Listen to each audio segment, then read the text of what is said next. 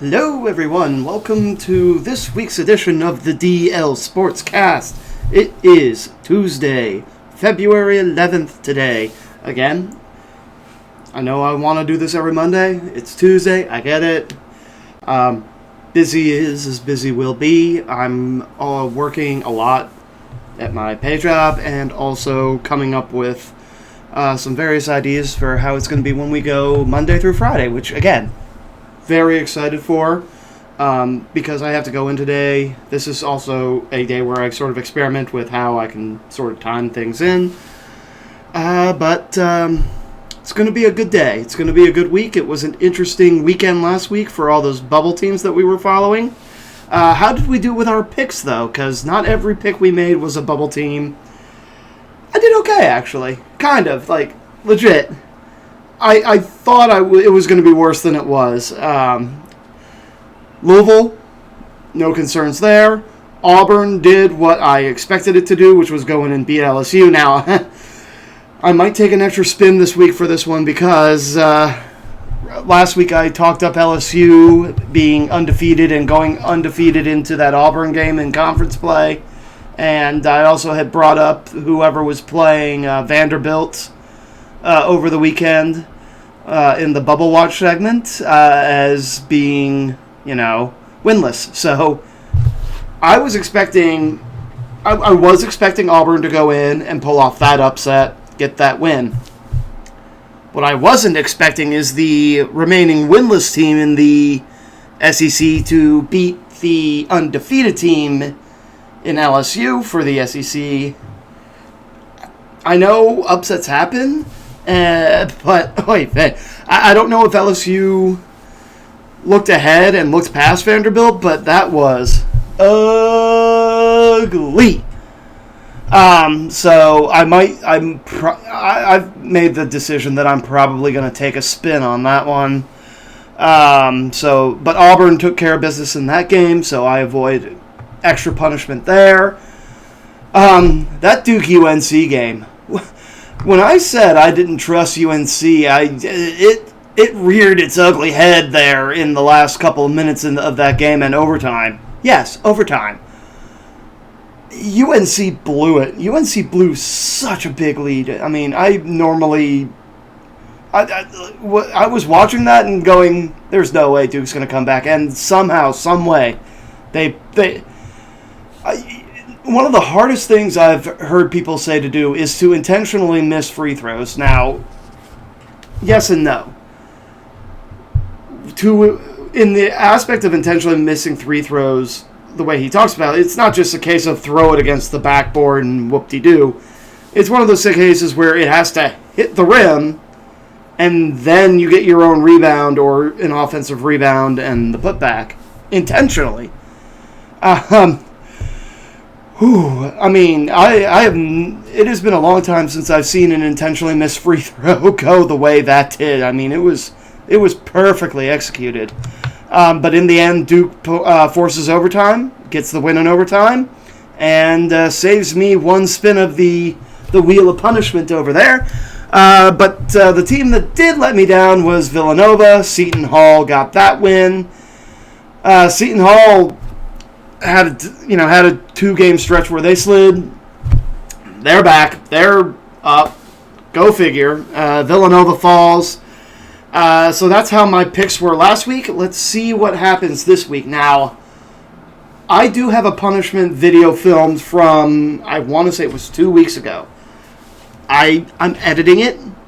Not that it needs a ton of editing. But that will be up this week. I apologize for how late it is, and I will also get this week's one filmed.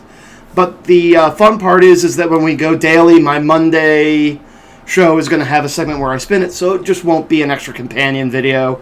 Looking forward to that. All right, so let's actually get into the meat of the week, and we got to talk about the XFL a little bit. There have been so many startup football leagues that have come in. The AAF last year, I don't even think made it to its championship. It didn't last a full season. I don't even think it made it to its championship game. I don't even think it made it to its playoffs. It just disappeared overnight. That being said, we've seen a version of the XFL before with gimmick names and all these extra, just super gimmicky, like rough around the edges sort of football.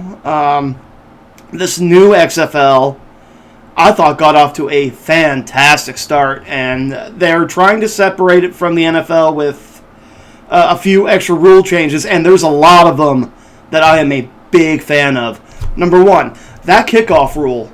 I love the way the XFL did their kickoffs. Now, it's only been 1 week, but they are the way they place their lineups is you have a team, I believe, like on the 25 and a team on the 30 or 30 and 35, and you just kick it off, and they are only 5 yards apart.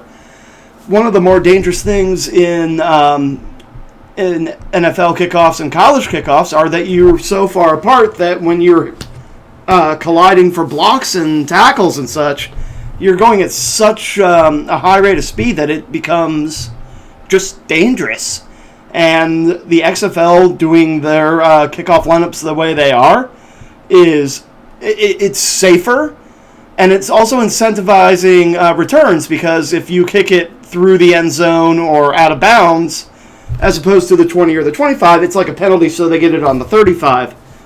Yeah, it's only 10 yards, but those 10 yards can make a difference.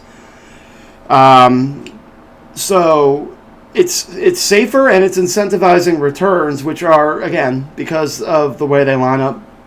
You know, it's going to be interesting if you can actually see guys break out from being so close. But I mean, it adds excitement to the game. It's fun, is what it is. It's fun.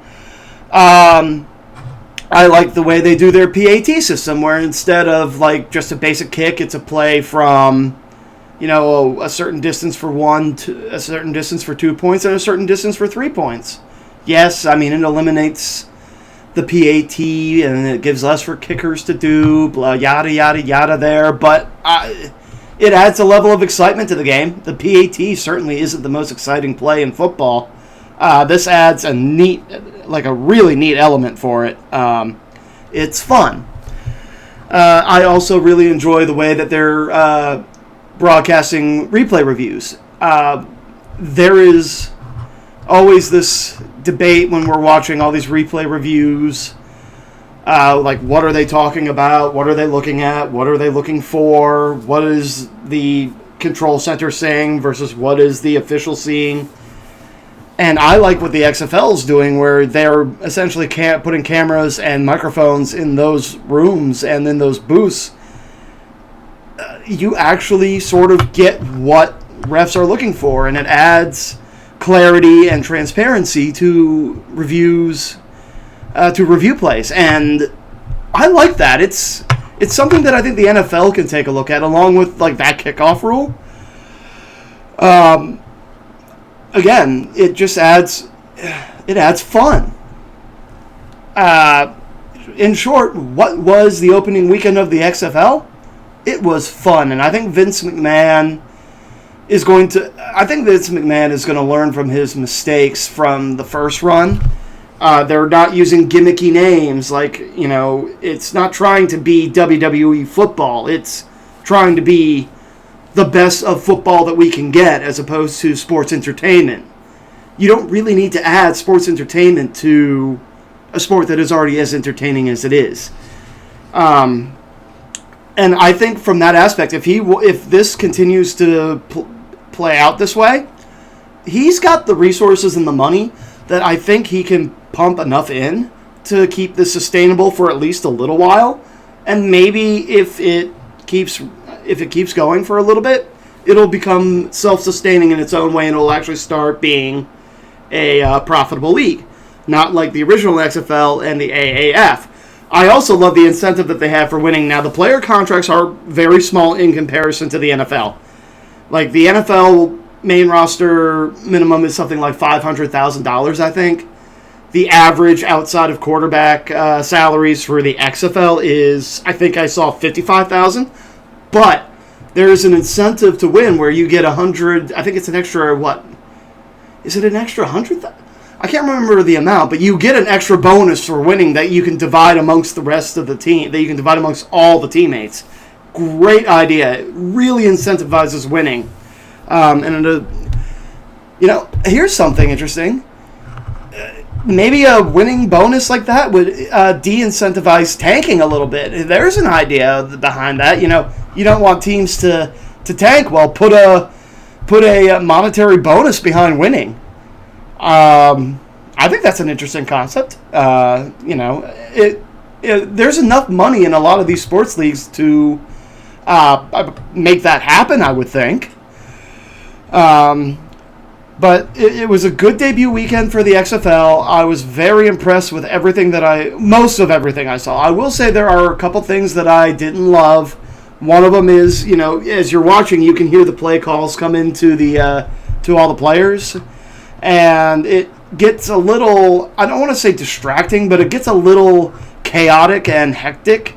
From that aspect, I did not fall in love with that part of it. But, again, if Vince learns from his mistakes from the initial XFL run, I think this league could be a good feeder system. And I really do think, outside of college, I think there should be a sort of like a feeder system or a minor league system, if you will. I understand that college is supposed to be that quote-unquote feeder system.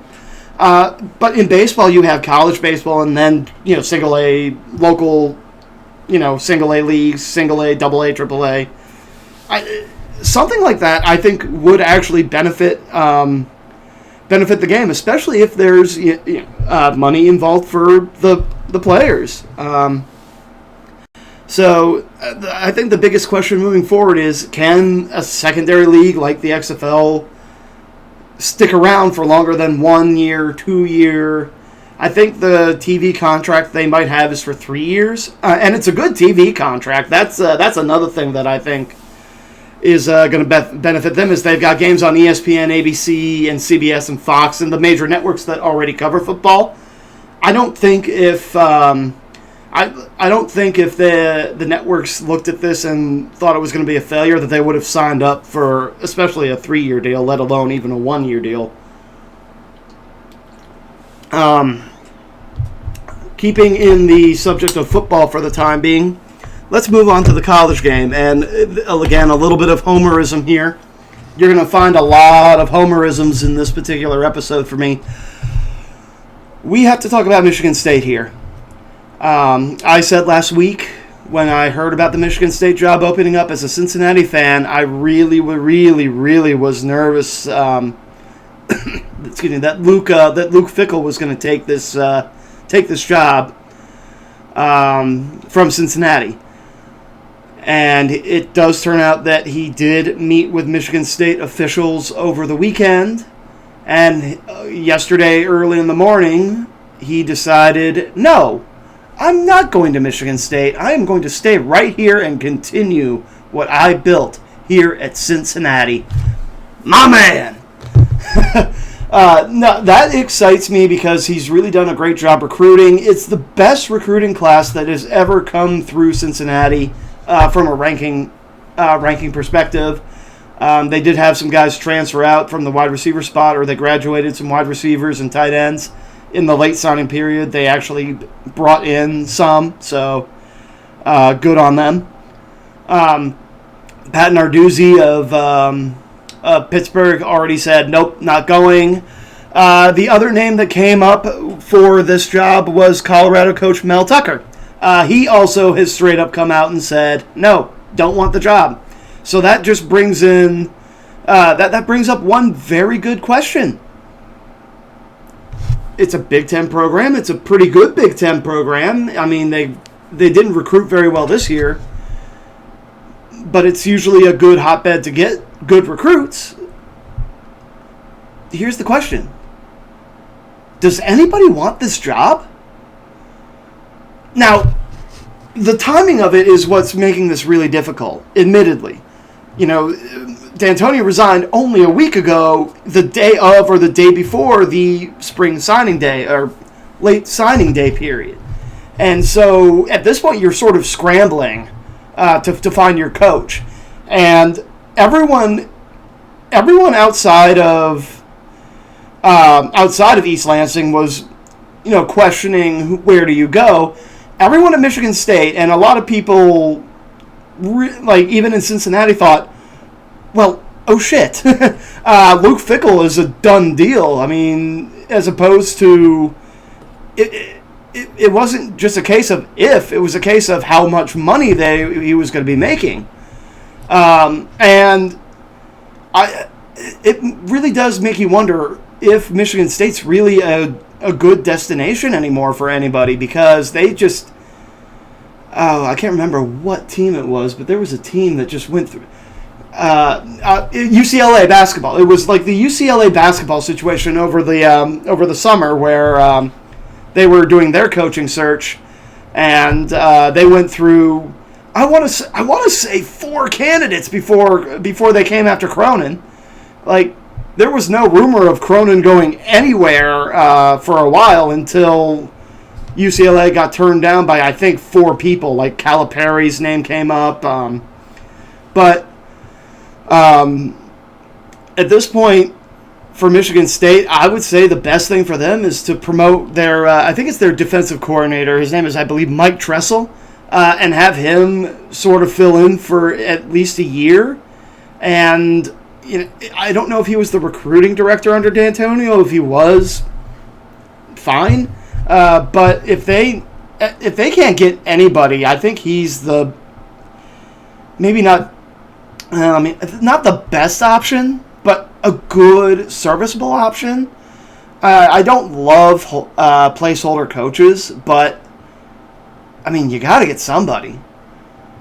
So somebody has to be running the ship. Otherwise, how are you going to recruit? You can't recruit if, a coach can't go in and just be like, well, come to our program. And I know we don't have a coach, which means that we don't really know what direction we're heading, but you can come to our program. A kid sitting there listening to that pitch is going to go, hell no, I'll go to Michigan, I'll go to Notre Dame, I'll go to Nebraska, I'll go to Northwestern, Ohio State, any of those programs.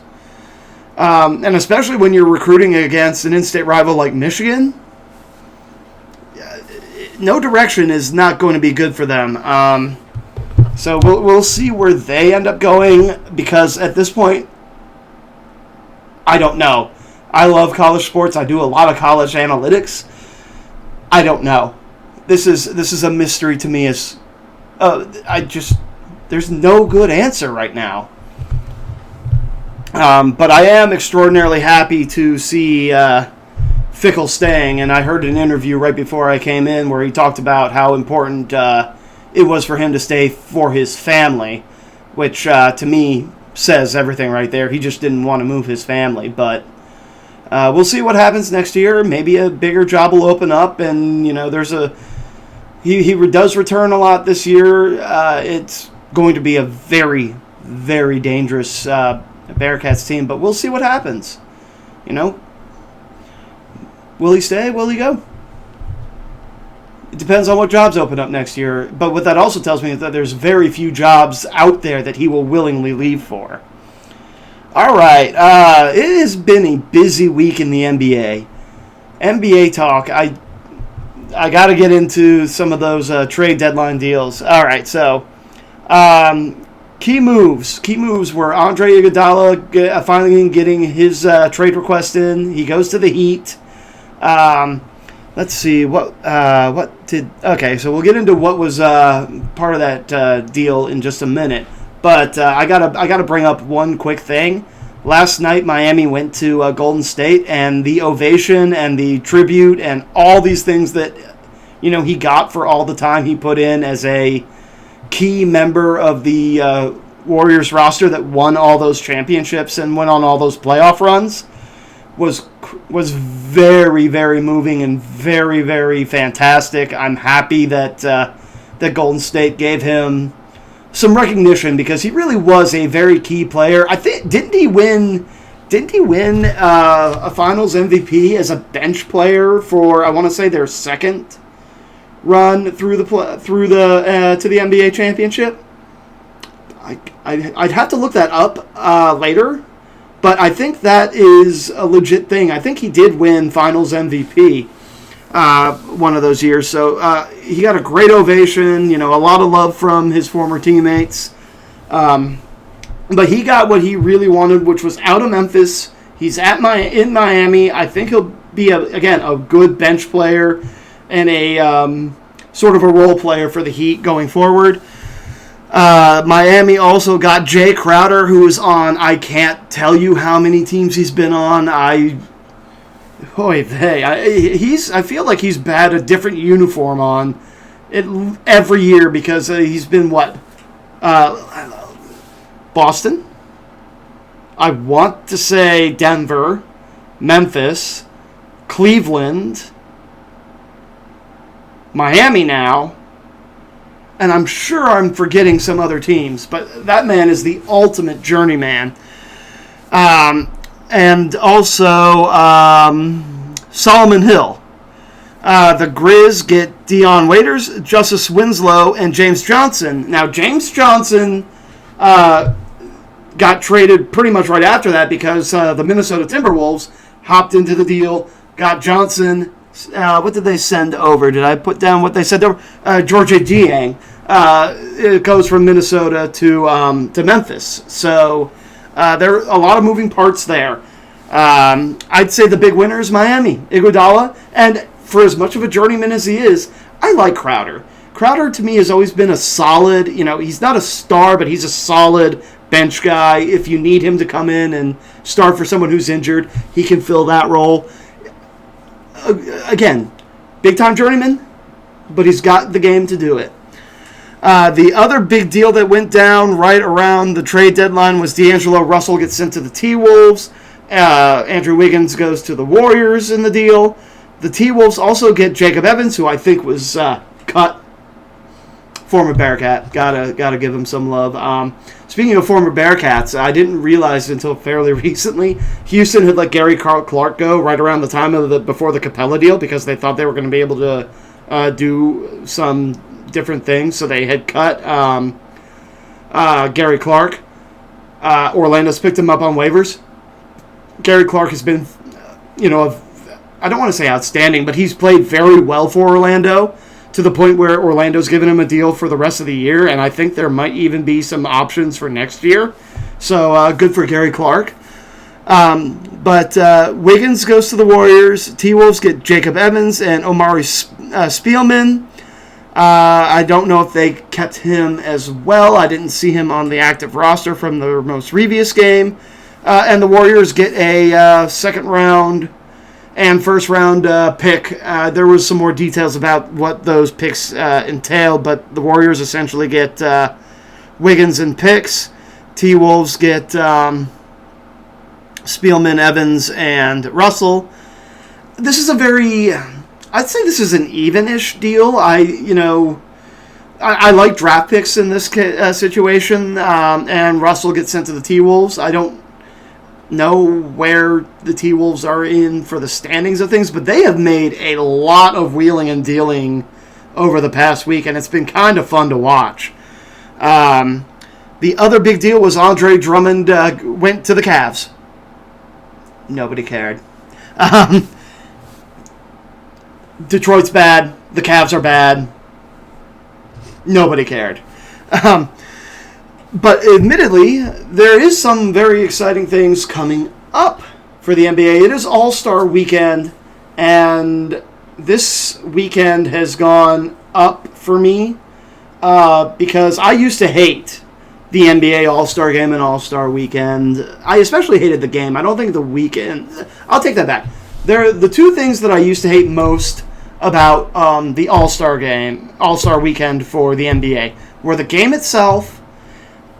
It just was ugly to me, and it could be the fact that I'm older and maybe a little wiser to what NBA basketball is at this point. I used to hate how just... I don't know what it was about that game. I just hated the NBA All-Star Game. But now, I guess part of it is that even though it looks like there's no defense, I mean, it's just the best players. You don't stop the best players, even if you're the best. it's become so fluid and fun to watch with all these great players. But the other thing that I really hated about All-Star Weekend was the Futures game, or what I believe is now called the Futures game. It used to be rookies versus sophomores again, or rookies versus second-year guys, and the second-year guys every freaking year would just blow the rookies out of the water. What they've done to change that is that it's USA versus World, and it's a combination of first-year and second-year guys. I think it's just first and second. There might be third-year guys, too, because of how the roster now needs to shake up with it. But it's young guys, USA versus World, and it's a lot more even. It's a lot more fun to watch. It's a lot more competitive than just watching second-year guys take a shit all over the rookies. But the NBA All-Star Weekend also has like all the contests, like the skills competition, the three-point competition. Slam dunk competition has kind of taken a back seat to me just because, as exciting as these dunks are, have we gotten to the point where we've kind of seen it all before? Part of me is like, I need to see something new and innovative, and I keep watching for that. But it's the slam dunk contest has actually been, out of the various competitions that weekend, has been maybe my least favorite. Then we also have the celebrity game, which this year has, I didn't even look at the rosters, which is bad on me, but I know Stephen A. Smith is the coach for one team and Michael Wilbon's the coach for the other. I'm not going to make this one of my predictions for the wheel just because it's purely exhibition, I think. It might be fun for me to make a pick on it. You know what? I take that back. I didn't put that in my notes. I am going to make a pick. It's Team LeBron and Team Giannis this year. So I will actually add that to my wheel of picks at the end of the show. But yeah, for me, this All-Star Weekend has climbed to number 2 on my list. I might be boring. I love baseball All-Star Weekend. I love the home run derby. I think there's actually, I want to see some like other competitions. Like I want to see, like, with all this technology we have, I want to see who can throw like the curve with like the biggest angle, or I want to see competitions where people try to, hit targets from the outfield. I want to see like an expansion of the home run derby into like a full skills competition sort of thing. But to me, if you combine weekend plus game, or All-Star break plus game, baseball's 1. NBA has gone to 2 for me over the NHL one, which I usually love, but I don't love this tournament format, which is strange because I'm all for, mid-season tournaments, and especially in college basketball, and they're talking about finding some way to make it in the NBA for some sort of little tournament or something like that. I normally like that format. I don't for the All-Star game. But their skills competition is also still fun, and their skills competition might be better. Their game, not so much. And last is the Pro Bowl. I hate the Pro Bowl. I mean, they've made their day before the game, like their quote unquote skills and like PE class dodgeball stuff fun. So I can't really hate on some of that, but it's the worst. I think it's the worst All-Star game. It really is. I mean, I have to think about that now because I really do hate what they've done to the NHL All-Star Game. I don't know if I can put the Pro Bowl up because we're having the same problem now with the NHL All-Star Game that the Pro Bowl is, where it's an honor to be selected. I'm not going, and that's the biggest problem in both the Pro Bowl and the NHL All-Star Game, is that the biggest stars don't seem to give a shit and decide not to go. Now, in the case of Both those sports brutally violent. The NHL All-Star Game being a little past halfway in the season, I can understand why Alexander Ovechkin maybe doesn't want to do it. He doesn't want to risk injury. But the Pro Bowl's at the end of the year. If you get a little hurt, you have time to heal. I understand, especially with like Achilles and stuff, tears and stuff like that in the NFL, where that takes almost a full year to come back from. Maybe why you don't want to do it, but still, if you have been given the honor of going to these games, you might as well go. And especially with the game usually being in Hawaii, I mean, free trip to Hawaii, who wouldn't want that?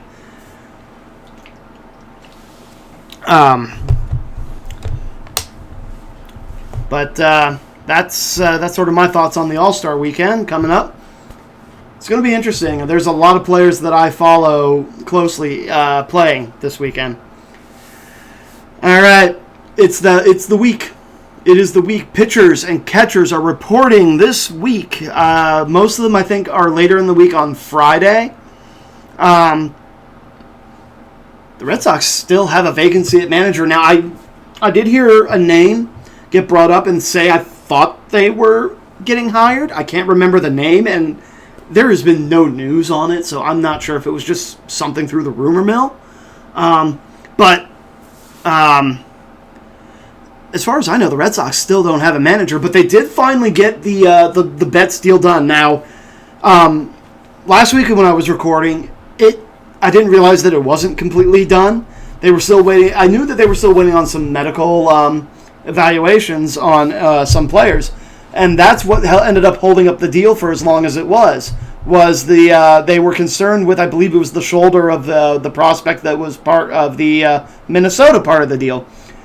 So it turns out that I believe Minnesota dropped out of that deal. I believe the Dodgers threw in another prospect of theirs, and they got the deal done and finalized. So it's now official. Mookie and Price are on their way to LA, prospects coming back to Boston.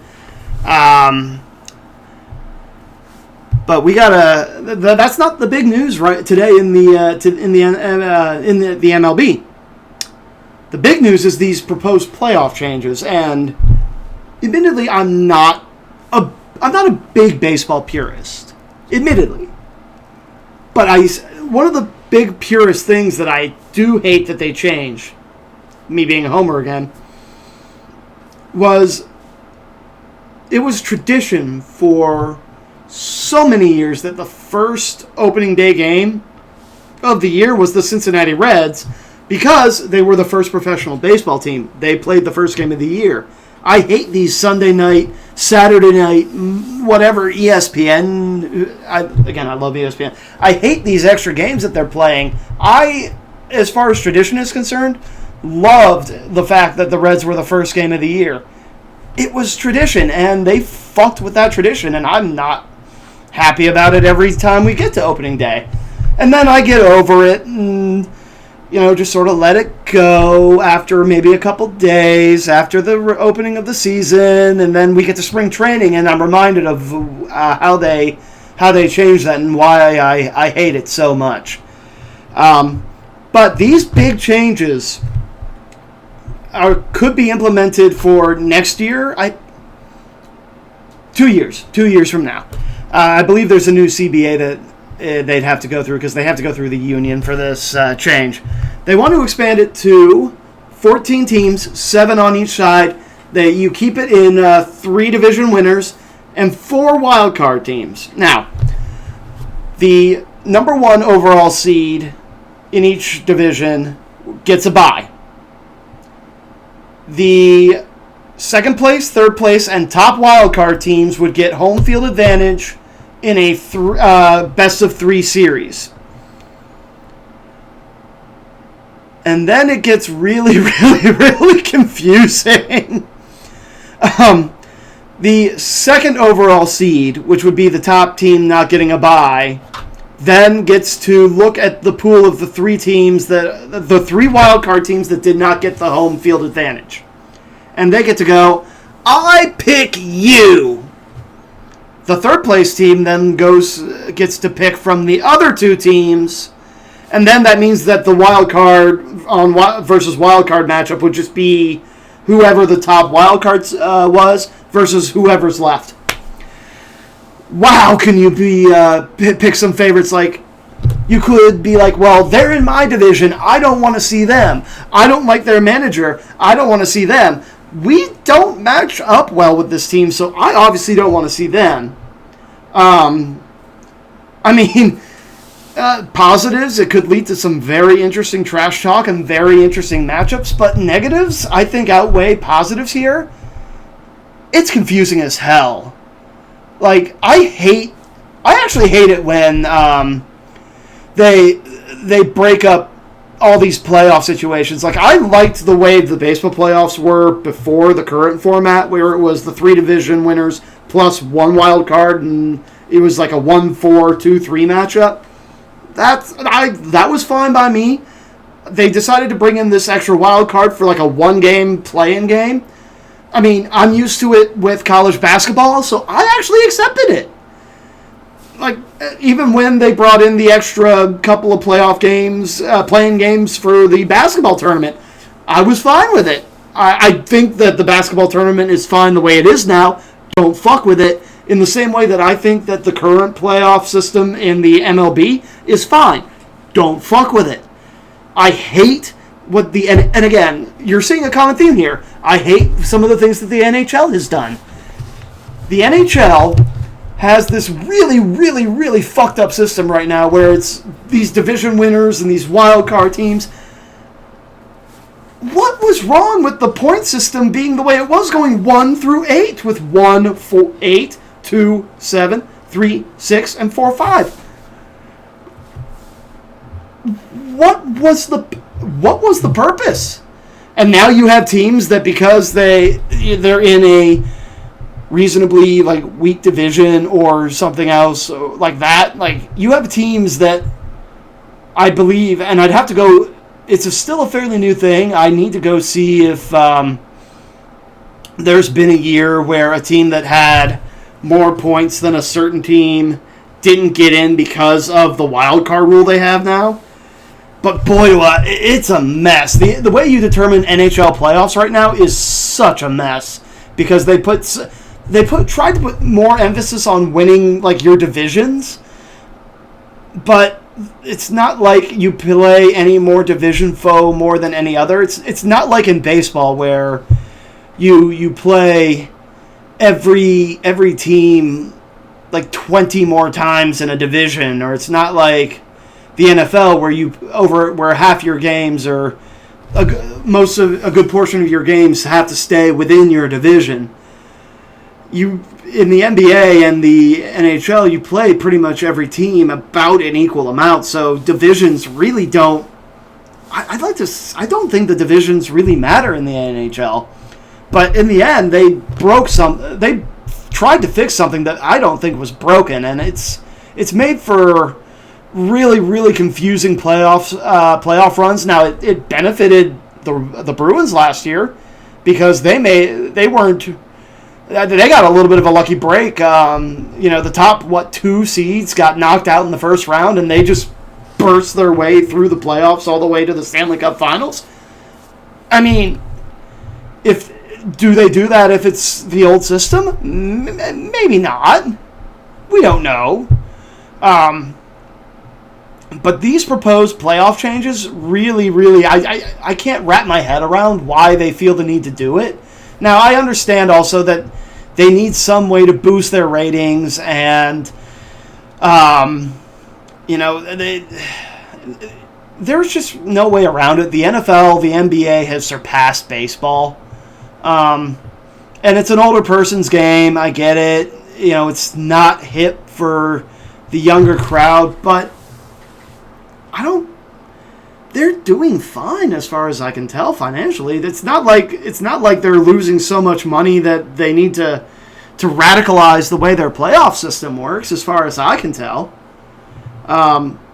So I guess they're trying. The theory is that it'll add something to their playoff runs, or or something like that. I think it just is going to be more confusing and befuddling and such. I mean, I also don't think there's... I just also don't think there's enough great teams in baseball to justify this. I mean, upsets happen in all sports, but I don't know. And especially the other argument is that there are teams that in baseball don't like all this extra time off because, baseball is such a rhythm game that it might throw them out of rhythm. And, rhythm games are, if you give a team extra time off, sometimes it does throw them out of rhythm. And again, look at Baltimore in the playoffs this year. I mean, if it wasn't broke, don't fix it. Working in some of the industries that I have, with some of the companies that I have previously, if it ain't broke, don't fix it. And when they try to fix it, it gets broke even worse. Okay, let's get to this week's Bubble Watch.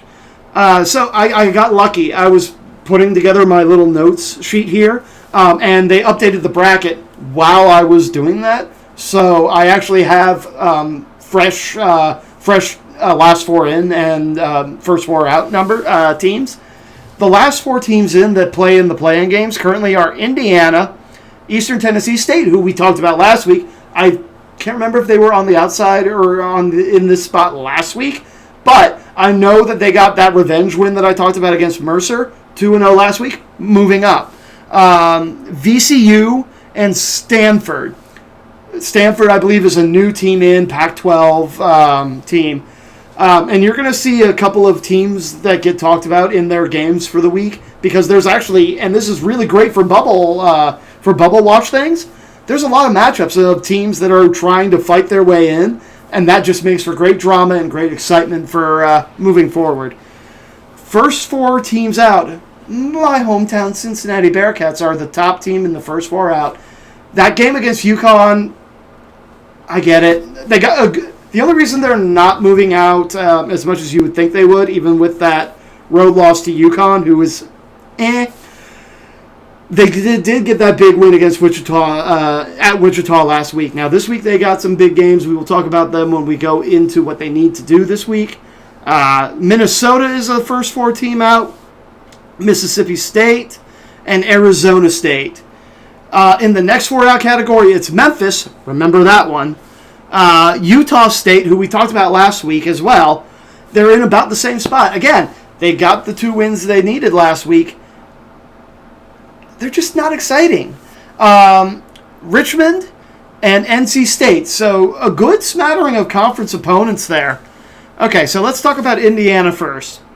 They play Iowa and Michigan. If they go 2-0, I mean, they might move up into a lock slot. I forgot to see who the last four buys were. If you give me a second, I'll take a look at that because I saved myself on the bracket page. Who were the last four?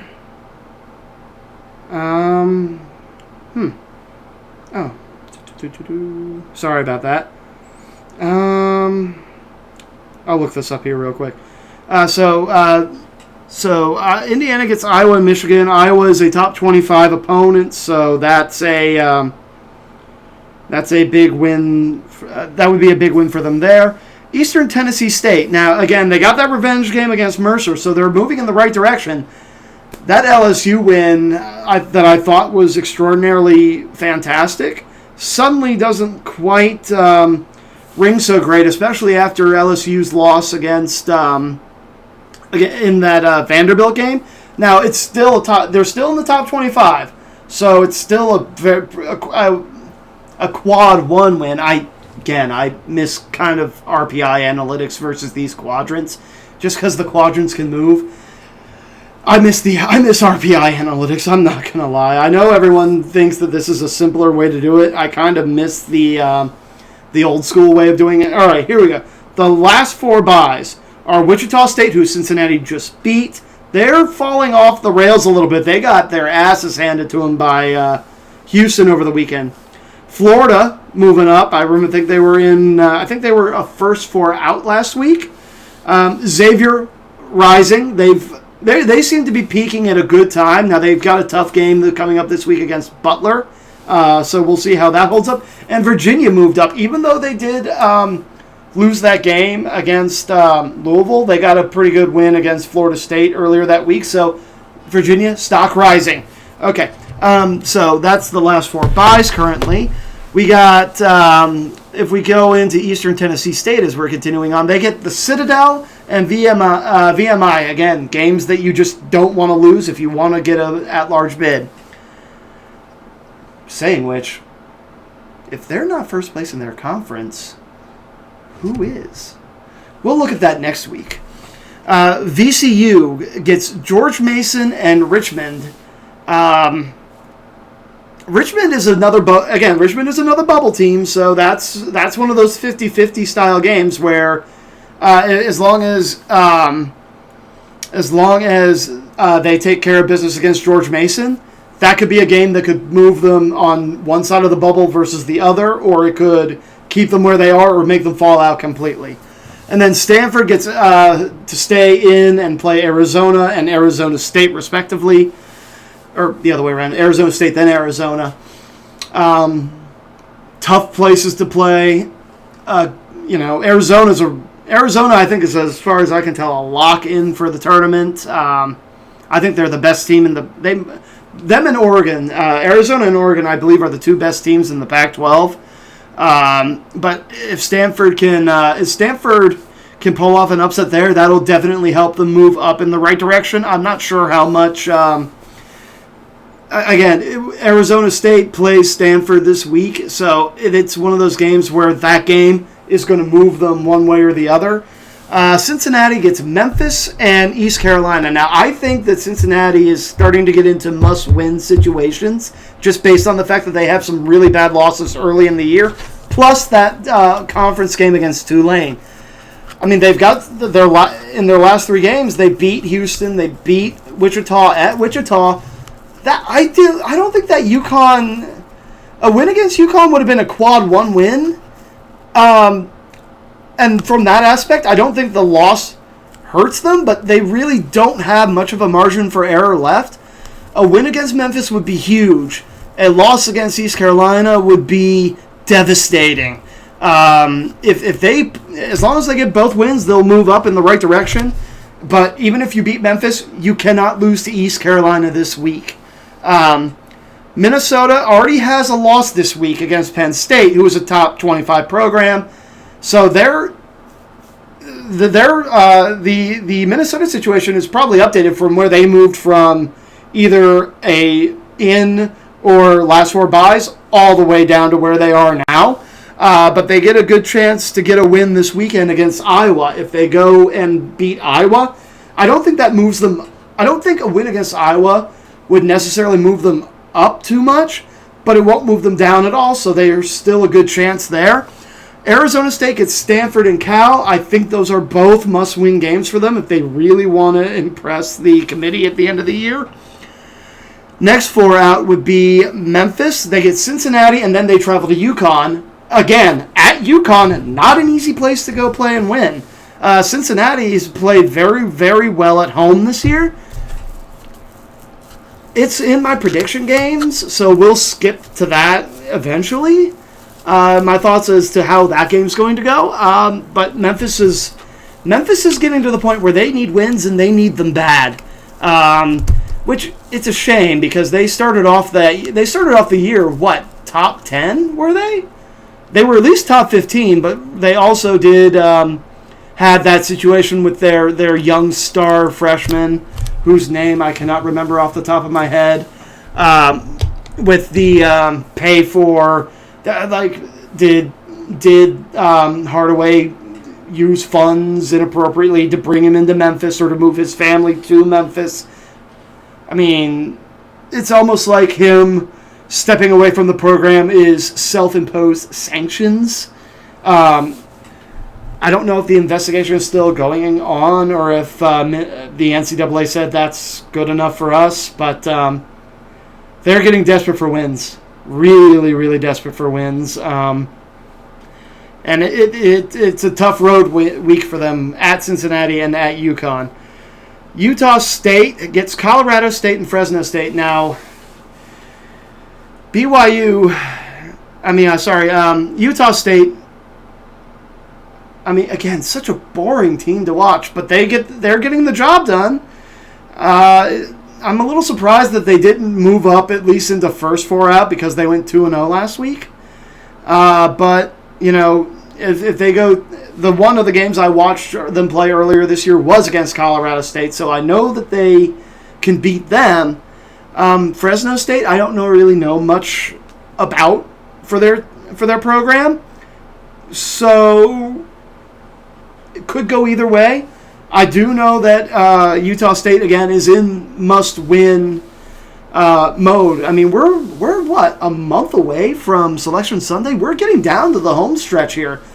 We're getting close to the end of the regular season, which means conference tournaments are only about 3 weeks away.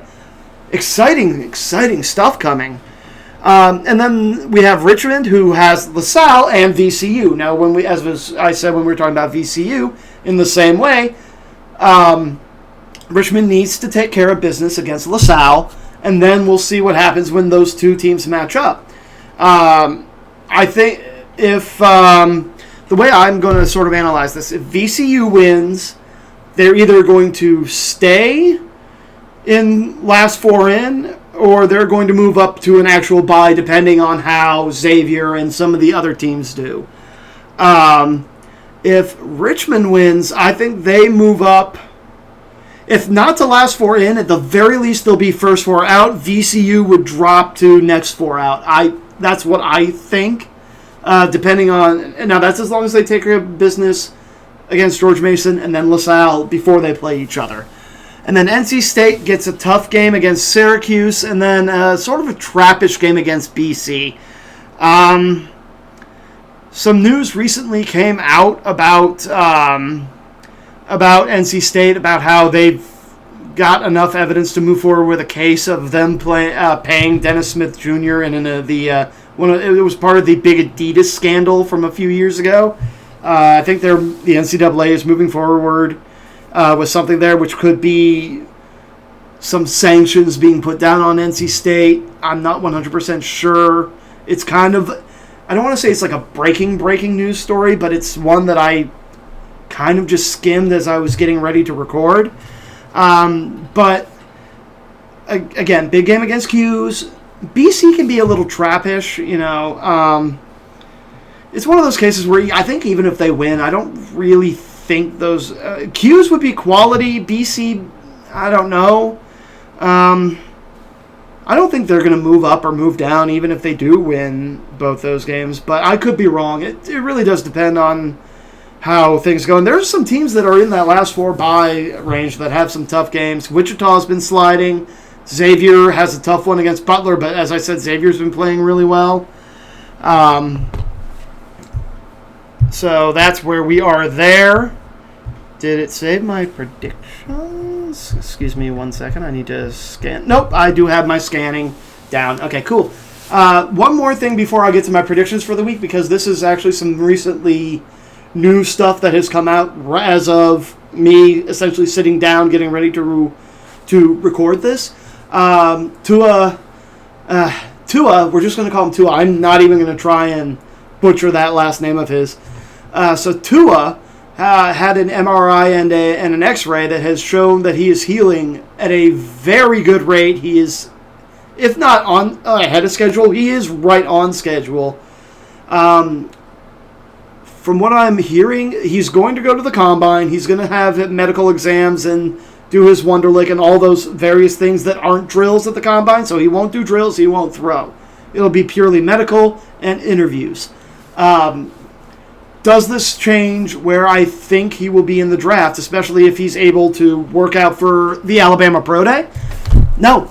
I actually firmly believe that the Bengals are dead set that they are going to take Burrow at 1. I still think that Tua goes to the Dolphins, unless somebody moves up in a trade deal.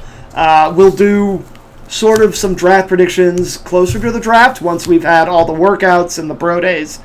Maybe the Monday before the draft we'll talk where some of these players, these key players will go. But it's a good sign for him, at least, that his medicals seem to be in order, or as order as they can be. I still am very skeptical about taking him. Healthy, it's the same way about how I feel with Cam Newton right now. Yeah, they say they're healthy now. What happens when they take that first big hit in the NFL? Or another big hit in the NFL for Cam, first big hit for Tua. Because Tua he hasn't put together an entirely full season without getting nicked up and banged up and almost destroyed for a whole season. So, there's a little quick hit for you right before we get into the predictions for the week for the Wheel of Pain. Let's do this. Okay.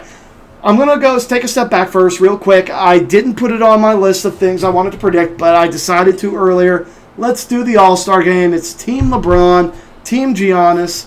I'm pulling for Team LeBron. As much as I've made fun of LeBron sometimes because I don't love his personality all the time, I'm going to take Team LeBron. I think he's going to put in some way, shape, or form, a massive tribute to Kobe. I think that this All-Star weekend is going to be a Kobe Bryant love fest and memorial fest, and I have no problem with that. I really don't. I'm looking forward to seeing what sort of tributes they come up with, and I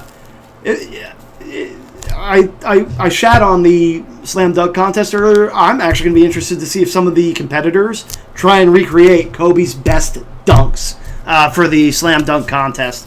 So we'll see how that goes. I'm going to take Team LeBron for the All-Star game. For the ones that I did make notes on, yes, I went with the Homer game here. I have Cincinnati versus Memphis. Both teams need this win big, and that's the real reason I wanted to make this pick, is both teams really need this win really big, and it's a big bubble game for both teams. And Cincinnati's played very well at home. I don't think Jaron Cumberland's going to be that cold 2 games in a row. I'm going to pick Cincinnati to defeat Memphis for that game. I decided to put on a big top 25 matchup. We have Baylor versus West Virginia, and I think West Virginia is the home team in this game. So I'm going to actually go with a bit of an upset here. I'm going to take West Virginia to beat Baylor. Baylor's had a very good run at number 1. As far as I can tell, and I could be wrong, haven't they might have had the longest run at number 1 that we've seen, all season. Because remember, earlier in the year, it was does anybody want to be the number 1 team in the country? It was changing every week. I have Illinois Rutgers, just because I got to give Rutgers some love, man. I got to give Rutgers some serious love. They're in the tournament right now, and as I don't know if I brought this up last week, I feel like I mentioned something about it, but Rutgers, especially in football, has just been so bad for so long, and I'm so happy to see them at least being decent enough to get to something postseason related. But they run into, I believe, who is the team that is nope, that's the next game. They play Illinois. I'm going to take Rutgers over Illinois. The game that I did almost mess up here is Michigan State and Maryland. Maryland's number 1. Michigan State, who started the year, Maryland's number 1 in the Big Ten. I think. I'd have to go in and look. I felt like there was a team that was tied with them. But Maryland, Michigan State started the year as the number 1 team in the country, and they just recently fell out of the top 25 rankings. So they've had an extreme fall from grace. They need a win real bad to sort of just reestablish their confidence. Not happening here, going with Maryland. All right, and also this week is the Daytona 500. I love motorsports. I've been a NASCAR fan / Indy fan since 1997. I'm looking forward to seeing what the new teams and the new driver combinations bring this year. Jimmy Johnson is having a farewell tour of sorts. I think he can still be competitive enough to maybe even make the chase and maybe even go out on top and win that 8th championship. I'm not counting on it, but I did put him on my list. Now, I picked 3 drivers because there's a field of 40. I picked 3 drivers for the Daytona 500, and I went with Jimmy Johnson, I went with Kevin Harvick, and I went with Denny Hamlin. Guys who know their way around restrictor plate tracks. All of them, I believe, have won Daytona 500s before. I know it seems like a bit of a you picked the ones that everyone else wants to pick. Yeah, well, I don't want to spin as many times as I need to. So that is my pick for the Daytona 500. Those are my picks for the week. I will probably film that one on Thursday just because I actually have time to do it that day. We also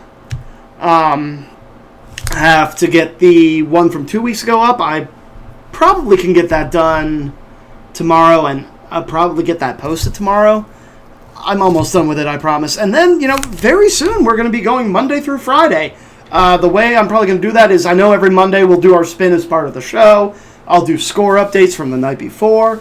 And we'll just sort of see how it goes. I'm excited.